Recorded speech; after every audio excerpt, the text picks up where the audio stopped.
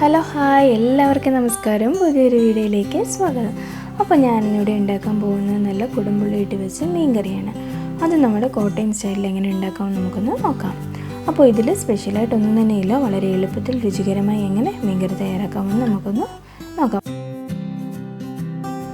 അപ്പോൾ ഇതിനായി ഞാനിവിടെ എടുത്തേക്കുന്നത് 1/2 കിലോ മോദയാണ്.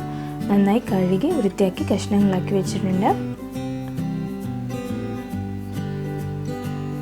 പിന്നെ നമുക്കിതിലേക്ക് വേണ്ടത് ഇഞ്ചിയാണ്. ആവശ്യത്തിന് ഇഞ്ചി അരിഞ്ഞു വെച്ചിട്ടുണ്ട്. പിന്നെ വേണ്ടത് കുറച്ച് വെളുത്തുള്ളിയാണ്. പിന്നെ വേണ്ടത് ആവശ്യത്തിന് കൊടുംപുളി, പിന്നെ കുറച്ച് കറിവേപ്പില കൂടി നമുക്ക് വേണം.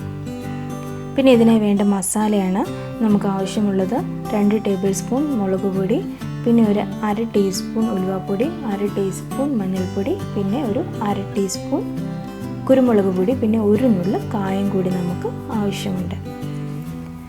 നമുക്ക് നമ്മുടെ ചട്ടി ഒന്ന് അടുപ്പത്ത് വെച്ച് ചൂടാക്കാം. ചൂടായി കഴിയുമ്പോൾ നമുക്കതിലേക്ക് വെളിച്ചെണ്ണ ഒഴിച്ച് വെളിച്ചെണ്ണ ഒന്ന് ചൂടായി കഴിയുമ്പോഴേക്കും കടുകിടാം. കടുക് പൊട്ടി കഴിയുമ്പോഴേക്കും നമുക്കതിലേക്ക് നമ്മുടെ അരിഞ്ഞു വെച്ചിരിക്കുന്ന വെളുത്തുള്ളി ചേർത്ത് കൊടുക്കാം.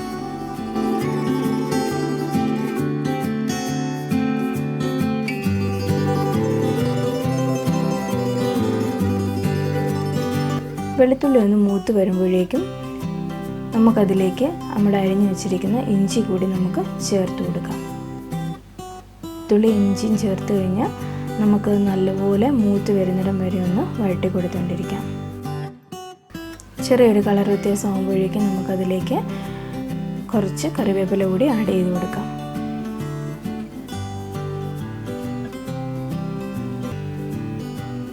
ഇഞ്ചിയും വെളുത്തുള്ളിയും കറിവേപ്പിലയും കൂടി നന്നായി ഒന്ന് മൂത്ത് വരുന്നിടം വരെ ഒന്ന് ഇളക്കി കൊടുത്തുകൊണ്ടിരിക്കാം.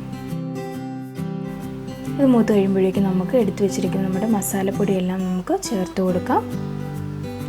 മസാലപ്പൊടി നന്നായി ഇളക്കി കൊടുക്കുക. നല്ലപോലെ ഒന്ന് മൂത്ത് കിട്ടണം അത്. അപ്പോൾ നമ്മൾ ശ്രദ്ധിക്കേണ്ട ഒരു കാര്യം, ഇത് ഇളക്കിക്കൊണ്ടിരിക്കുമ്പോൾ മൂത്ത് പോകാതെ നമ്മൾ ശ്രദ്ധിക്കണം. മൂത്ത് പോയി കഴിഞ്ഞാൽ നമ്മുടെ കറിയുടെ കളറ് തന്നെ ചേഞ്ചായി പോകും, നല്ല കറുത്ത കളറായി പോകും. അതുകൊണ്ട് ഒരുപാട് മൂത്ത് പോകാതെ നമ്മൾ ശ്രദ്ധിക്കണം.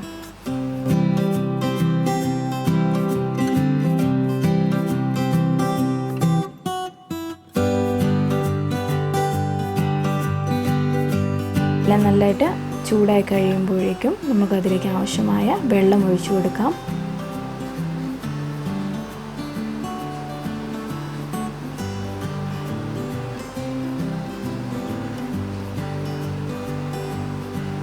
ആവശ്യത്തിന് ഉപ്പ് കൂടി നമുക്ക് ചേർത്ത് കൊടുക്കാം. പിന്നെ നമ്മളെടുത്ത് കഴുകി വൃത്തിയാക്കി വെച്ചിരിക്കുന്ന നമ്മുടെ കൊടുംപുളി കൂടി നമുക്ക് ഇതിലേക്ക് ചേർത്ത് കൊടുക്കാം. ഇത്രയും ചേർത്ത് നമുക്കൊന്ന് ജസ്റ്റ് അതിനെ ഒന്ന് തിളയ്ക്കാൻ വിട്ടേക്കാം. നന്നായി ഒന്ന് തിളച്ച് കഴിയുമ്പോഴേക്കും നമ്മൾ കഴുകി വൃത്തിയാക്കി വെച്ചിരിക്കുന്ന നമ്മുടെ മീൻ നമുക്ക് ഇതിലേക്ക് ഓരോന്നായി ചേർത്ത് കൊടുക്കാം.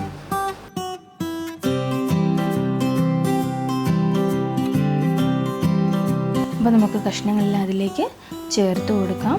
അതിനുശേഷം നല്ലപോലെ ഒന്ന് ഇളക്കി കൂടി കൊടുക്കാം. അപ്പോൾ ഈ കഷ്ണങ്ങളെല്ലാം അതിൽ മുങ്ങി കിടക്കുന്ന രീതിയിൽ നമുക്ക് വെള്ളം ആവശ്യമുണ്ട്. അപ്പോൾ ആവശ്യമുണ്ടെങ്കിൽ മാത്രം കുറച്ചുകൂടി വെള്ളം നമുക്ക് ഒഴിച്ചു കൊടുക്കാം.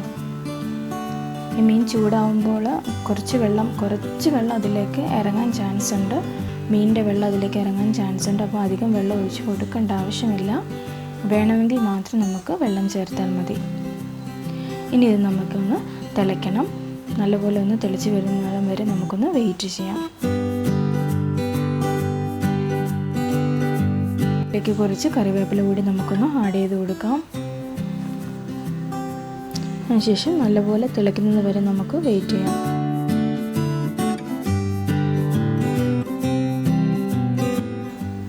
കറി നല്ലപോലെ തിളച്ചിട്ടുണ്ട്.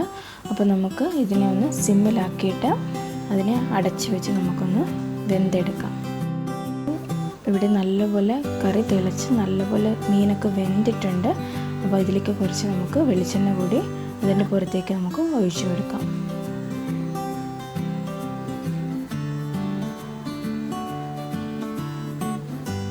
രുചികരമായ കോട്ടയം സ്റ്റൈൽ മീൻ കറി ഇവിടെ തയ്യാറായി കഴിഞ്ഞിട്ടുണ്ട്. നമുക്കിനി തീ ഓഫ് ചെയ്ത് നമുക്ക് സെർവ് ചെയ്യാൻ റെഡി ആയിട്ടുണ്ട്. അപ്പോൾ അടിപൊളി ഒരു നാടൻ രീതിയിലുള്ളൊരു കോട്ടയം സ്റ്റൈൽ മീൻകറിയാണ് ഞാൻ ഇവിടെ ട്രൈ ചെയ്തത്. അപ്പോൾ എല്ലാവരും ട്രൈ ചെയ്ത് നോക്കുക. അതുപോലെ ഈ ചാനൽ ഇതുവരെ സബ്സ്ക്രൈബ് ചെയ്തിട്ടില്ലാത്തവർ സബ്സ്ക്രൈബ് ചെയ്യുക. അതുപോലെ തന്നെ കൂടെയുള്ള ബെൽ ബട്ടൺ കൂടി ഒന്ന് പ്രസ് ചെയ്യുക. അപ്പോൾ ഞങ്ങളിടുന്ന എല്ലാ വീഡിയോസും നിങ്ങൾക്ക് ലഭിക്കുന്നതായിരിക്കും. അപ്പോൾ പുതിയൊരു വീഡിയോയുമായി നമുക്ക് പിന്നെയും കാണാം.